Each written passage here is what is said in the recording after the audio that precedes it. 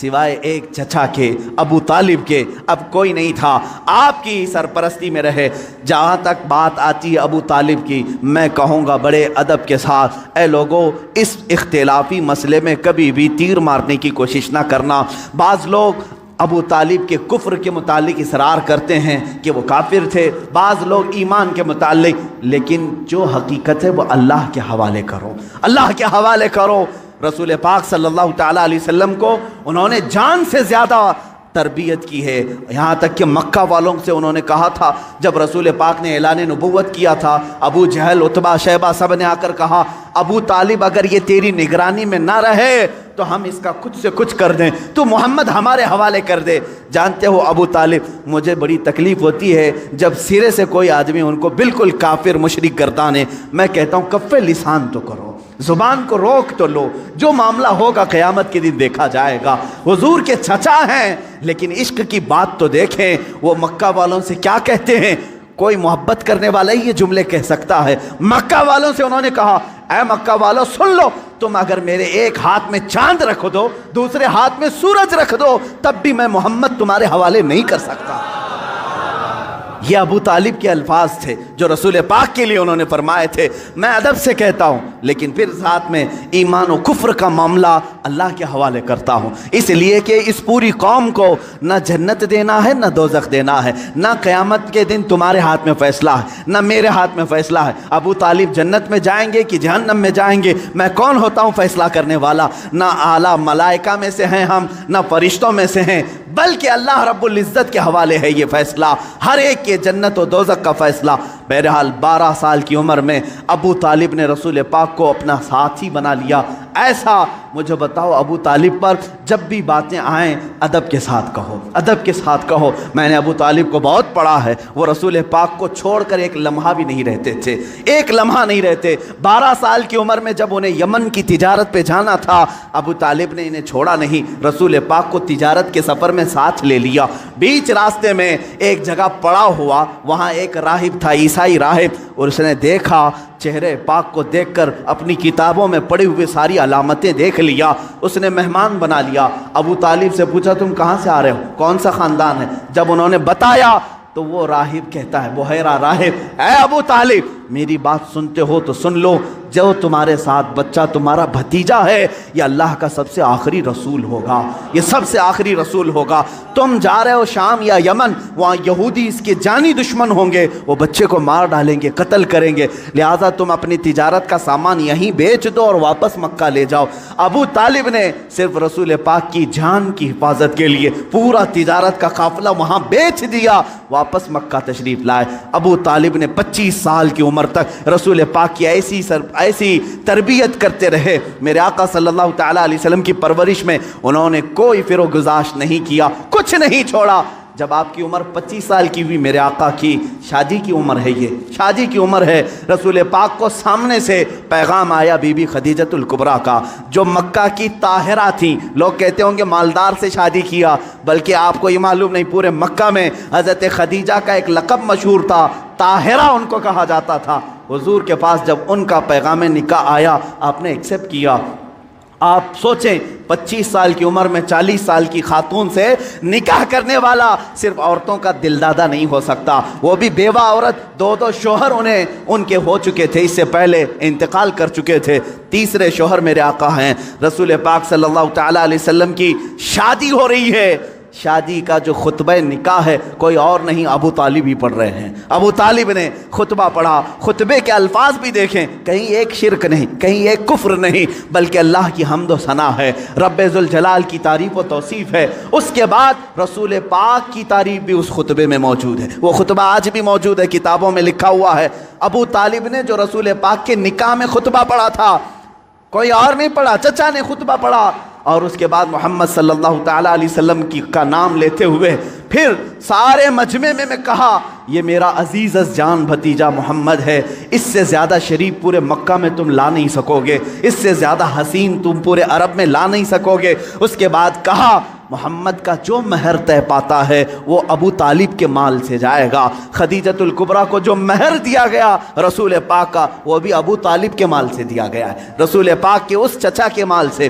اب یہ زندگی ہے باپ ازدواجی زندگی ہے، میرے آقا سیدہ خدیجہ کے ساتھ 25 سال گزارتے ہیں۔ 50 سال کی عمر مبارکہ جب میرے آقا کی ہوئی، یعنی 40 سال کی عمر پاک جب تھی، تب اللہ تعالیٰ نے آپ کو حکم دیا، اے رسول آپ اعلان کر دیں میں اللہ کا آخری رسول ہوں، بتوں کی عبادت چھوڑ دو، ایک خدا کی عبادت کی طرف آؤ۔ یہ حضور کی 40 سالہ زندگی میں جو انقلاب آیا، اب مکہ والوں کی یہاں سے ستم ظریفیاں شروع ہوئیں۔